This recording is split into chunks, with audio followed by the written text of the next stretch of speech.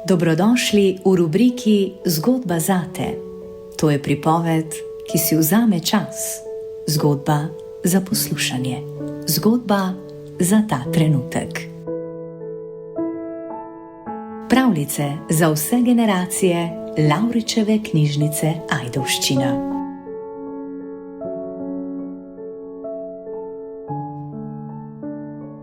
Roka, ki vse pomni. V vasi je živel mož, ki ni govoril o preteklosti, ni je razlagal, ni je opravičeval, nosil jo je v roki. Ni bila poškodovana, ni bila šibka, a ni bila enaka drugim. Ko je prijel za kljuko, je počakal. Ko je segel po kruh, je prijel počasneje. Ko je komu podal roko, je vedel, kdaj jo umakniti.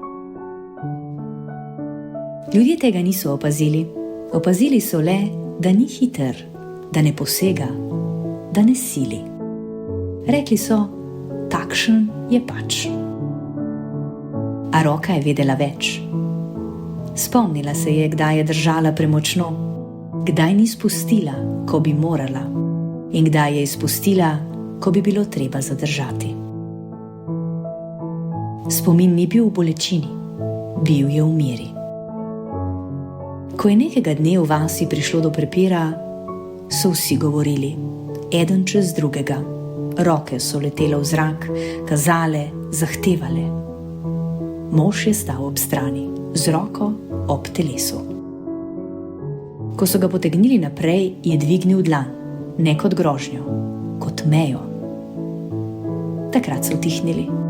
Ne zato, ker bi se bali, ker so začutili težo. Roka ni rekla nič, ni pokazala, kdo ima prav. Samo obstala je tam, kjer se stvari ustavijo, če hočejo ostati cele. Pozneje so rekli, da je bil pameten, da je imel prav, da je znal. Mož je odkimal, kajti ni šlo za znanje. Šlo je za spomin. Zato, da roka ve, česa ne bo več storila, in zato ve tudi, kaj še lahko stori. Ko je nekega jutra ostal doma, so ljudje rekli, da ni pustil sledi. A v vasi so se roke začele ustavljati prej in prijemi so postali mehkejši. To je bila zgodba zate, Lavričeve knjižnice Ajdovščina.